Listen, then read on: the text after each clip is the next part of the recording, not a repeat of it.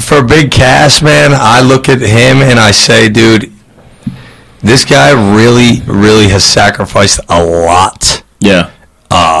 You know, to fucking get to where he's at, man. I was right there with him, bro. You know, we were there. Yeah. So I hope that he gets this push, man. Yeah. That's what I hope. You know what I mean? Like, regardless of, you know, me and him don't talk. We haven't. Man. Not since Brooklyn.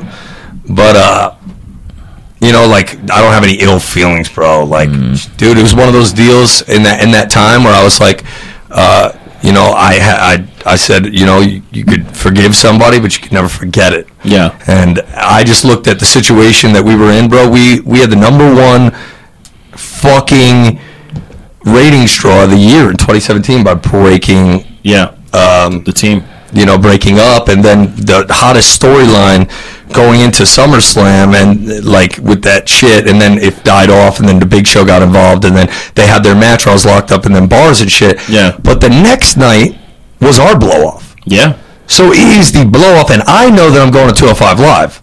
You know what I mean? I've known that for months. Sure. I was the one who pitched it. Yeah. I was coupling my music with a live tour with 205 Live. That was the pitch.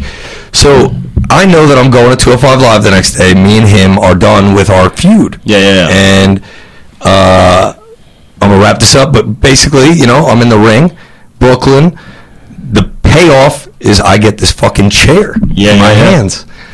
You tear your ACL in our business. I mean, Triple H tore his quad and sat in a sharpshooter. Yep. Stone Cold took a pile driver, was paralyzed, the ugliest schoolboy in the history of the fucking business. Yeah. I've been picked up, thrown down the ramp, have a sciatic issue from fucking sensitivity class with a bruise in my ass you couldn't comprehend. I let you pick me up over your head and throw me out of the fucking ring. Yeah. I made you look like the biggest beast there ever was because I was more invested in you as a human and a wrestler and doing business with you in the future than anyone else, right? Yeah. We can make money down the line for 10, 20 years. Yeah. In that business. And in a moment where I pick up a fucking chair in Brooklyn and they're going fucking ape shit fucking buck wild, you roll out of the ring and quit. Yeah. On live fucking TV. Most awkward moment ever. And then we get to the backstage, bro, and you know people talk. You know how the business is. If I'm Vince McMahon, am I going to invest? Look, you have WrestleMania, main event.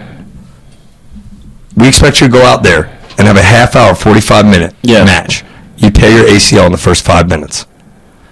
They have to know you're going to stick it out. Yeah. That's the business we're fucking in. Sure. Wow. And in that moment, I felt like it was immature at the time, but not really, because it was the first time in my life in wrestling where I ever went, bro, I can't forgive you for this. Like I've let people kill me for the past 5 years. I've taken the heat in every one of our matches, every fucking bump, and I get this chair in my hand, and you're standing up. And you can't take a chair shot. We're pros, dude. This is what we fucking do. You catch the chair on the fly and DDT me on it. Yeah. Match over. Whatever we have to do as pros in the moment to finish the match.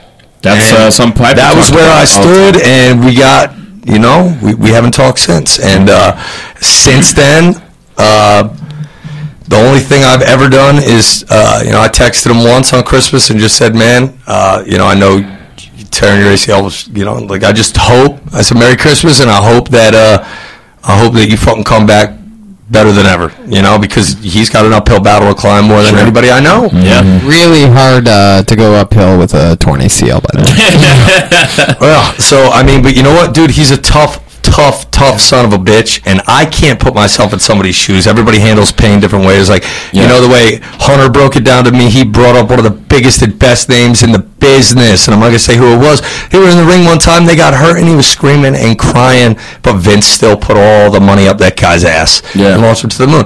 People handle things different. I think in that moment, Cass knew he was about to get a push of a lifetime. Yeah. And he just tore his ACL, and he knew it was over, and in Brooklyn, and in this moment, and why now, and in a moment, he made a decision, like, no, I can't continue, but you could look at it, if you're me, like, he didn't want to give me the rub, or he didn't want to, so, like, it was so much in my mind at that time. Since that, dude, bro, give me a fucking break, dude, like, I mean, that was what, fucking 7 months ago, 9 months ago. So I'm not even in the business anymore. So like that shit don't, but I just look at it, it's a business, and you know what you're getting yourself into when you get into it. And if you can't, be that guy in that moment, because the way I looked at it was like, dog, it wasn't like I was mad at me. I was mad at him. I was like, dog, if you would have fucking hobbled out of Barclays with a torn ACL and finished that match, your return would have been insane, and everybody would have been talking about how tough of a son of a bitch you are, and you just missed the opportunity of a fucking lifetime. And I know that I'm going to the Cruiserweight division and get a fucking title. Holy shit, you go on to win the U.S. title, Intercontinental, whatever it is, and when we come back around, boom, business booming. So I just was so mad at him, I couldn't forgive him. It was nuts. It was crazy. But since then, he's had to sit at home and deal with coming back in this business, in that world, and that scrutiny, and get on that mic, and after all that happened to me, and deal with those pressures. And I haven't watched the products. I don't know how he's handling it, but it's going to be, for me, I think, make or break for him over the next year or two. But you never know, because he's so consistent in his efforts as a professional that he might have a job there for life, Gotcha. With that, I picked Daniel Bryan. Daniel Bryan as well. All right.